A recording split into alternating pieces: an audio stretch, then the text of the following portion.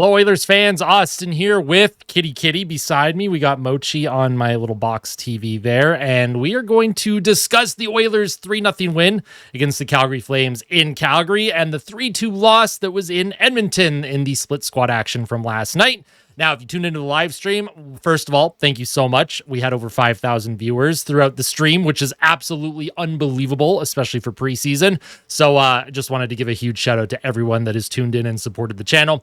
If you are new here, welcome in. If you are a returning viewer, of course, welcome back. If you enjoyed today's day after discussion, hit that like button. And if you really like it, make sure to subscribe to the channel. Today's video going to be pretty short and sweet. And by short and sweet, this, I don't know, it could be anywhere between 10 and 20 minutes long. But it's not going to be like a super in-depth day after discussion, mostly because we just don't have that much time, especially with preseason. There's lots of turnaround. We got to get ready for the Jets game tomorrow. But in today's day after, I'm going to talk about 3 standout players in a positive light, 3 players who I think made a very good case to continue to stay in camp with the team, and then 3 players who were standouts for maybe not so great reasons, and we'll discuss their games and why maybe they didn't have the best games and why they should probably improve a little bit. We'll also do a quick preview of the Oilers and Jets game for tomorrow. By the way, tomorrow, pregame report first thing in the morning, and in the evening, I will be doing another live stream commentary. I cannot wait, and my God, if Oilers Plus could just find a way to get that stream into at least 720p HD, please, the quality, Oilers Plus, you're making us pay to watch these games on your website, and your stream quality is terrible. Shame on you, Oilers Plus. All right, let's jump into it, right? So last night, the Oilers were in Calgary. They won 3-0, a combined shutout for Sam Johnson and Nathaniel Day. You love to see that. But in Edmonton, Matt Tompkins, I think, probably had a game that he wants to reflect on a little bit more, and I think there's two of the goals on him. I think he definitely wants back, especially that overtime winner. But again, it's his first NHL action with the club, so it's really tough to judge a goalie on a 1-game sample size. We were all over Sam Johnson in the rookie showcase, and then he puts up a 12-save combined shutout with Nathaniel Day yesterday, so I guess that's why we don't, pay super close attention to 1-game samples. Now let's talk about Connor Clattenburg real quick. I did want to go over the edge visualizer on his goal because there's a couple things that he did very, very well before we get into the actual day after discussion.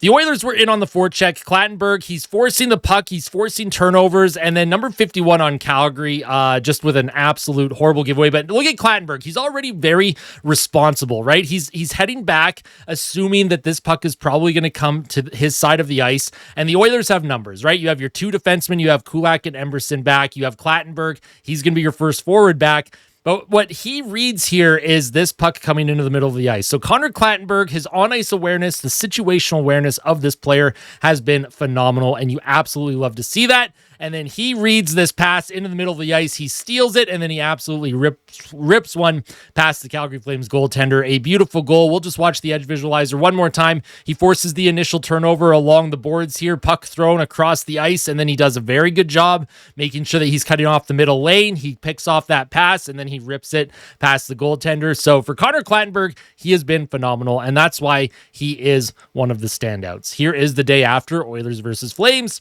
3-0 win at Calgary, 3-2 overtime loss versus Calgary. Now, my positive standouts for last night. Of course, I just talked about Clattenburg, but let's talk about Matvei Petrov. This was a prospect a few years ago in the Oilers pipeline where people were very excited. They thought he had top 6 potential, top 9 minimum, but definitely top 6 was what he was being talked about when he was drafted. He was pretty prolific in junior in terms of his offensive instincts and his ability to make plays, put the puck in the net, and he was very good in junior. But then when he made that transition to being a pro at the AHL level, he just never really looked comfortable. He hasn't looked very comfortable in Bakersfield. I think last season was a better year for him, but his rookie year in Bakersfield was definitely, I think, a year to forget for him. But last night, Matvei Petrov, he looked really solid at the game in Edmonton. He had 1 goal, 1 assist, and a 73% expected goals for percentage. Whenever Petrov was on the ice, I think he was on a line with Stonehouse and Hamblin, I believe. Those three players combined, they were just all over the Calgary Flames. They were very rarely ever in their own zone defending. They were definitely always on transition, doing a good job working the offensive zone. Matvei Petrov, this is what we want to see from him, right? It's not always about what are you doing on the score sheet, because yes, the goal is nice, the assist is nice, but what are you doing away from the puck? And Matvei Petrov, he did so many good things last night away from the puck. This is a player that I was very, very happy about, very excited to see if he can continue that strong play. He is kind of a dark horse. He is a huge outside chance to make the team out of camp, but keep playing like this. You're going to start raising eyebrows, and at minimum, if you go down to Bakersfield, the coaching staff, they're going to look at you and be like, you know what? If we need a forward to call up, Petrov might be one of those guys. So for Petrov, let's see if he can continue that really strong play. Really liked his game last night. If you watched the game that was in Edmonton, let me know your thoughts on Petrov. I thought that was the best he's looked in an Oiler uniform so far. Very young player, still lots of time to potentially find a way into this NHL lineup. I don't know if he'll ever be an NHL regular, but it was very good to see last night at minimum. Now, next player, of course, Connor Clattenburg. He had that goal to make it 2-0 for Edmonton. He had 5 penalty minutes. I have to mention the fact that he did get into another tussle. That is something that he loves doing. He loves getting into the fights, and this is a player that is raising eyebrows, not just in oil country, but I think in the hockey sphere. There's a lot of people on Twitter, a lot of people on TikTok and social media where they're not, at least they weren't familiar with Clattenburg until now. And not just Oilers and Flames fans. There are a lot of fans from other teams who are kind of raising their eyebrows at this one player because he is making an impact. He had a huge impact during the rookie showcase, which was great to see. He had a couple goals in the rookie showcase, couple fights, and he defends his teammates. He is a heart and soul player. He will just outwork you when he's on the ice. And for someone like him, again, whether that translates to success at the NHL level, I don't know. But what he's doing right now is nothing short of admirable, and I really, really hope that they give him the longest leash possible to make this team. I want every player in camp to look at Connor Clattenburg's work ethic, and that is the guy that everyone should be striving to work as hard as right now. Connor Clattenburg has been unbelievable. Of course, the production's nice. Getting into a fight, that's also pretty cool. But when he's on the ice, like I mentioned, his on-ice awareness is so solid. Defensively, he's been great.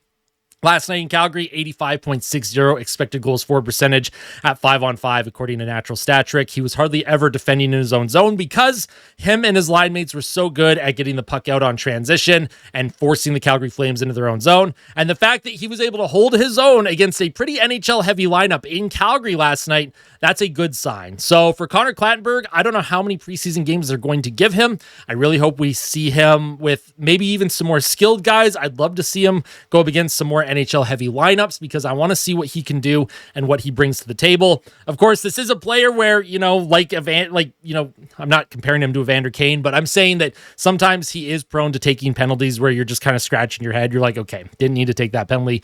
Connor Clattenburg, though, has been phenomenal. If you watch Connor Clattenburg, what do you think of his game so far in preseason? And do you think he has a chance to make this team on the third or fourth line? Let me know your thoughts. And then the next player who I thought was a very positive standout once again was Viljami Marjala.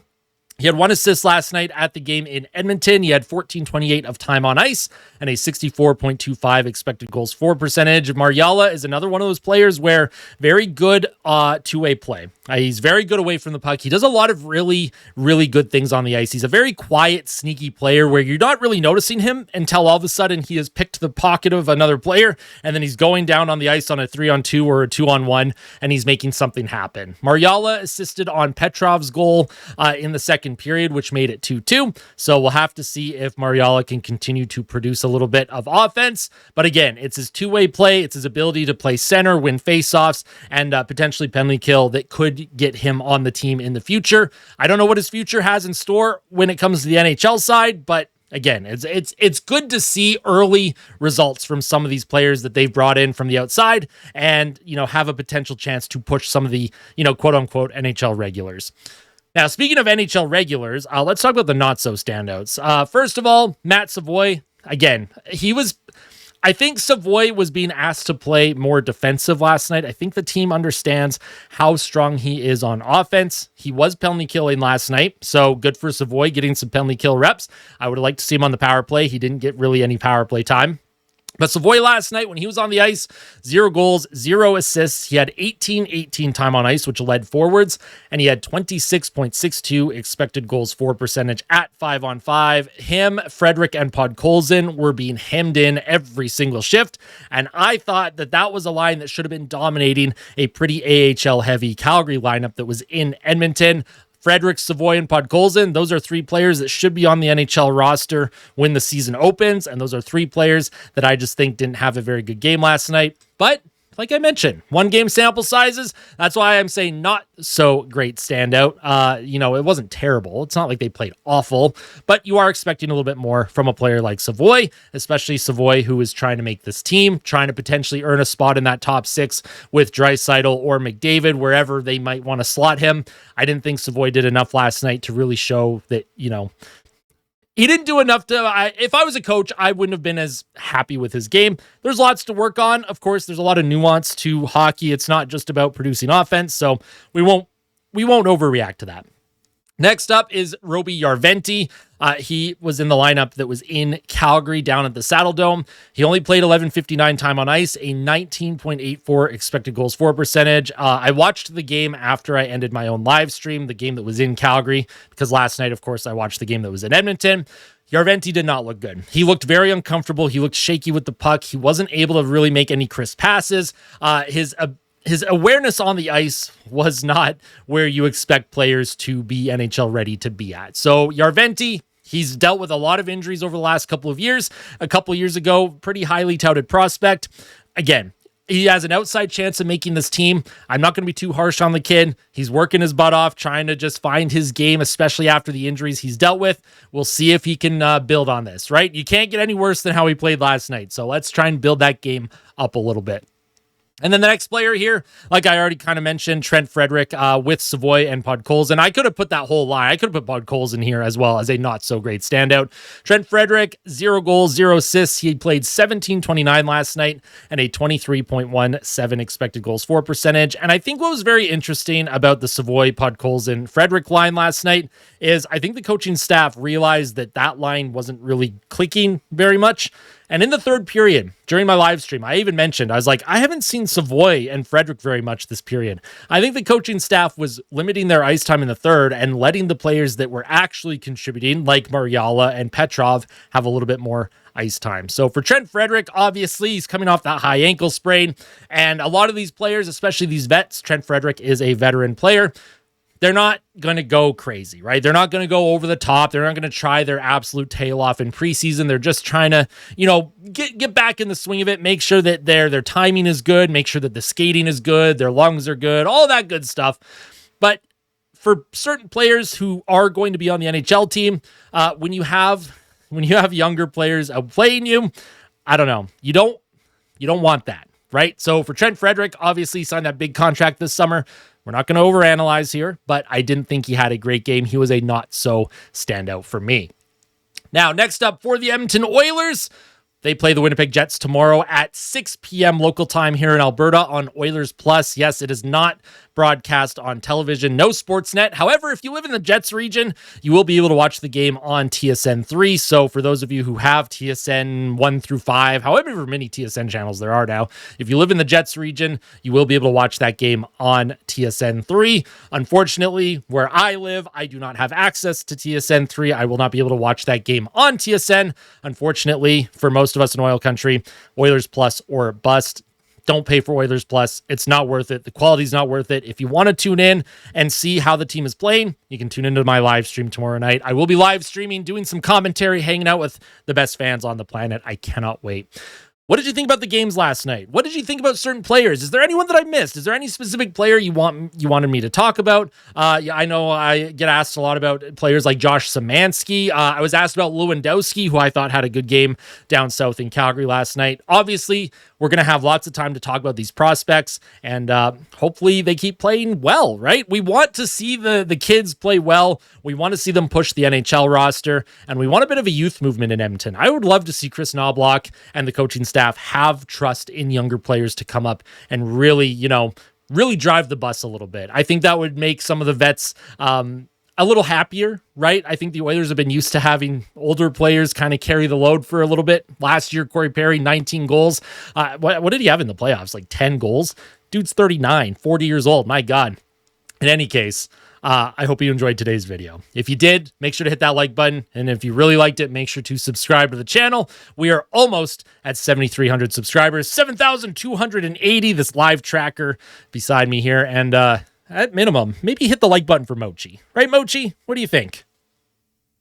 Yeah, no, she's sleeping. She's ignoring me. She's had enough of my crap. We'll see you soon, Oil Country. Tell someone that you love them. And as always, fight like a kid. Fight like Ben. Let's go, Oilers. We'll see you tomorrow for the pregame report. First thing in the morning. Let's go.